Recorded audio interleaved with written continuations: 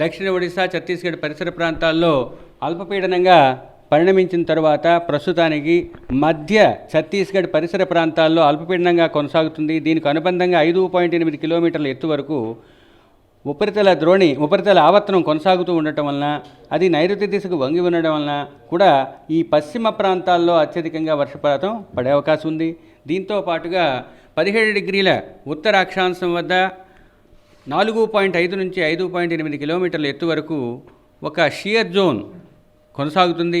వీటితో పాటుగా దేశంలోని వివిధ ప్రాంతాలపైన ప్రయాణిస్తున్న ఋతుపవన ద్రోణి ఈరోజు శ్రీగంగానగర్, శివపురి, దామో మరియు అల్పపీడన ప్రాంతమైన ఛత్తీస్గఢ్ మీదుగా, కళింగపట్నం మీదుగా, మధ్య బంగాళాఖాతం మీదుగా పయనిస్తుంది. దక్షిణ ఒడిశా పరిసర ప్రాంతాల్లో ఉన్న ఈ సుస్పష్ట అల్పపీడనం దానికి నైరుతి దిశలో ఎక్కువగా వర్షాలు పడే అవకాశం ఉంటుంది.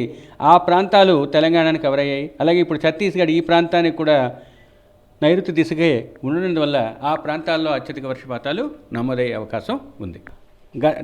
దక్షిణ కోస్తా జిల్లాలైన ఎన్టీఆర్, గుంటూరు, పల్నాడుల్లో రాబోయే 24 గంటల్లో 1-2 చోట్ల భారీ వర్షపాతం నమోదయ్యే అవకాశం ఉన్నందువల్ల ఆయా జిల్లాలకు ఎల్లో వార్నింగ్ ఇవ్వటం జరిగింది.